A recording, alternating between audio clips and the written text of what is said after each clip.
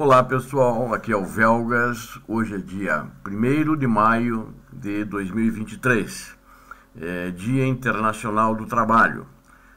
Vamos falar hoje sobre a guerra no Sudão, que está sendo muito violenta, muito triste, mas é importante falar dessa guerra porque eu quero mostrar para vocês a participação da Rússia, a participação que ela está tendo na influência e no treinamento desses que estão fazendo a guerra nesse país distante do Brasil, lá na África.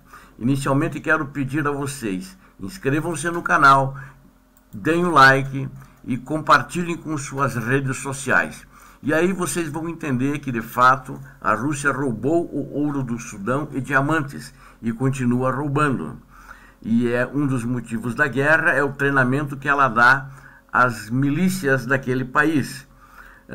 Essa guerra, acho que pouco tem sido noticiado aqui, mas aviões estão bombardeando a capital, Khartoum. Soldados estão ocupando casas civis. A maioria dos hospitais do país ficou sem suprimentos básicos na superfície. Isso pode parecer, no Ocidente, apenas uma guerra africana. O culminar de uma luta entre dois oficiais do exército rivais que disputam o controle. E de certa forma a gente pode dizer que desde um golpe de Estado em 2021, o Sudão é dirigido por um conselho de generais, liderado pelos dois homens no centro dessa disputa, que são dois generais.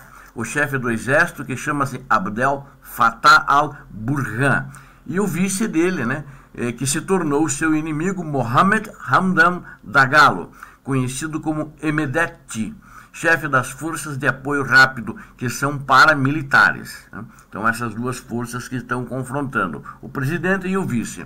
Al-Burhan e Hemedti representam uma divisão de longa data na sociedade sudanesa entre as pessoas que vivem ao longo do Nilo e as da periferia marginalizada. Al-Burhan é um recruta tradicional do exército que subiu nas fileiras, criado em uma pequena cidade no norte do Sudão. Ele olha e é aliado do Egito. Hemedti é muito diferente, ele vem da região ocidental de Darfur e sua família se estende até o Chad. Ele pertence aos Rizeigat, para vocês apenas conhecerem, é uma tribo árabe nômade e fez seu nome com a milícia Janjaweed. Literalmente, demônios a cavalo significa essa milícia Janjaweed, ou seja, demônios a cavalo. Eles estão atacando Darfures estabelecidos. Em 2013, ele transformou Janjaweed numa força muito forte militarmente e estendeu seu poder desde então.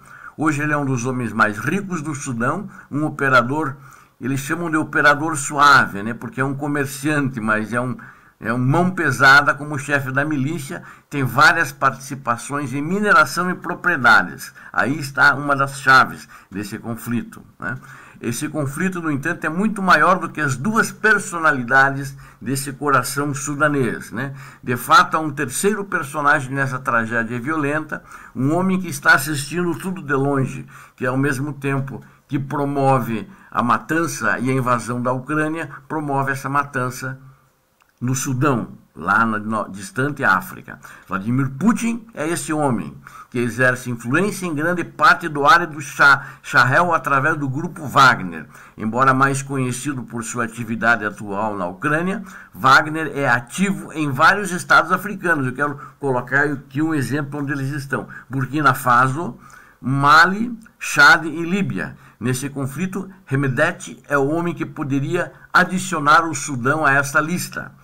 Durante a Guerra Fria, a África foi transformada em um campo de batalha de superpotências, como a URSS, ou seja, a União Soviética, e os Estados Unidos da América, arrastando-a do Egito e da Etiópia para Angola e Moçambique. Desde então, Putin continua a considerar os conflitos da África como uma rota barata para o continente, usando todos os truques do livro De Tropas no Terreno à Propaganda Digital. né? O Grupo Wagner, que eu falei do livro, é uma maneira forçada, ou seja, é da doutrina militar soviética, da doutrina de ocupação soviética. Ele usa esse livro, os truques desse livro. O Grupo Wagner tornou-se uma das forças mais poderosas do continente, aliando-se a líderes políticos em apuros e milícias em troca de dinheiro ou concessões lucrativas de mineração. A chance do Grupo Wagner fazer incursões no Sudão veio em novembro de 2017, quando o então presidente sudanês da época, al-Bashir, visitou a residência de Putin em Sochi. Publicamente, o acordo alcançado pelos dois líderes estava focado em sua oposição conjunta à interferência dos Estados Unidos da América nos assuntos internos dos dois países árabes. Menos publicamente, abriu o caminho para a extensão do Grupo Wagner ao Sudão. Que forma isso tomou só ficou claro em julho, passando depois porque uma investigação, inclusive independente da CNN, revelou que aeronaves russas estavam voando com ouro sudanês para fora do país, para a cidade portuária síria de Latakia, onde a Rússia tem uma grande base aérea e uma grande base naval, né? É um porto. E fica na Síria, né, como eu disse agora. O suposto objetivo era simples. A Rússia estava desesperada para fortalecer suas reservas contra as sanções ocidentais cada vez mais punitivas. Então, no total, inclusive nesse trabalho independente da CNN, ela estimou que na época, né, que ela fez o estudo, que foi em 2017, estudo, vamos dizer, a reportagem, né, 13,4 bilhões em ouro estavam faltando no Sudão, que foram levados para o porto de Latakia. Embora a Bloomberg também participou desse estudo, e existem alguns números não conclusivos por parte da Bloomberg, mas hoje, já em 2023, esse número deve ser muito maior do que esse em 2017. As transações estavam sendo organizadas pelo uma companhia chamada Merrill Gold, uma subsidiária de uma outra companhia chamada M-Invest. Essa M-Invest é propriedade do tal de Yevgeny Prigozhin, que deve ser conhecido dos que assistem esse canal, que ele é o chefe do Wagner Group, ou seja, do Grupo Wagner. Em troca, Prigozhin forneceu treinamento e armas para os militares sudaneses e cada vez mais agora para o Hemedti, né, que é o grupo rival que está em guerra com o exército do Sudão. A CNN apontou no início de 2022, um dia depois que a Rússia lançou a invasão da Ucrânia, que Hemedti voou para Moscou, inaugurando uma nova fase no relacionamento com o Grupo Wagner. Esses relatórios foram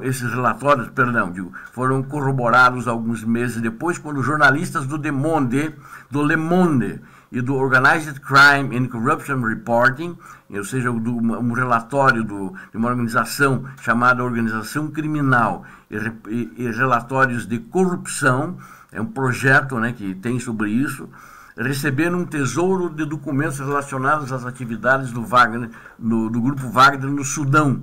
Sua publicação revelou o quão profunda essa relação havia se tornado. A M-Invest mostrou ter pago milhões de dólares a uma empresa operada pela inteligência militar sudanesa. E os dividendos foram para quem? Foram para Yevgeny Prigozhin, que é o dono do Grupo Wagner. E foram enormes esses dividendos. Só falaram que foram enormes, mas não disseram quanto. Na reportagem, em troca, Wagner Grupo recebeu permissão para pousar em uma base militar em Khartoum. Ele usava os mesmos códigos do sinal da Força Aérea sudanesa, com a finalidade de operar interna e externamente. Era, na verdade, uma licença, porque ele trazia armas para o país e levava ouro para fora dele, sem ser oficialmente declarado ou detectado, né? Então ele poderia ter qualquer destino para fortunas particulares do Grupo Wagner, não só para a Rússia, do caso do Yevgeny Prigozhin, do próprio Putin. Por um curto período eles conseguiram se safar até julho de 2020, quando os Estados Unidos da América sancionaram a empresa Merrill por seus links com Prigozhin. Na realidade, o Prigozhin é o dono da Merrill também. No mês passado, o Conselho da União Europeia seguiu o exemplo, alegando que essas empresas, juntamente com a Lubai Invest Sarlu e a Jamville, é uma empresa da República Centro-Africana, são sancionadas devido a seu papel no comércio ilegal de ouro e diamantes saqueados por força Então eles pegavam à força os diamantes e ouro dos comerciantes locais. Quem fazia isso? Grupo Wagner. Então é muito importante destacar essa participação russa, que na realidade é o pivô, o centro dessa briga pelo poder, no caso a força paramilitar apoiada pela Rússia contra o exército sudanês. No entanto, as medidas parecem ter tido pouco impacto nas atividades de qualquer uma das partes envolvidas, no caso dessas sanções. Simplesmente há muito em jogo. Em parte também é por isso que em 2020, com a intensificação no escrutínio de empresas estrangeiras do Wagner, a Merrill transferiu todos os interesses para uma nova subsidiária, apareceu lá, chamada com nome árabe, inclusive Al Sawlaj for Mining Company Limitada, que não possui ativos e lista apenas um funcionário. Esse funcionário é um ex-gerente da Merrill Gold, que é a empresa do Evgeny Prigozhin. E quem é esse funcionário? É um russo do grupo Wagner, um autograduado. Embora poucos na época tenham notado essa mudança, em 13 de abril, 3 dias antes do início dos últimos combates, agora, o Bloomberg, publicou uma história intrigante. As autoridades sudanesas acusaram um cidadão russo que trabalhava para Al Sawlaj de contrabando de ouro, que justamente é esse homem do grupo Wagner, o homem do Evgeny Prigozhin.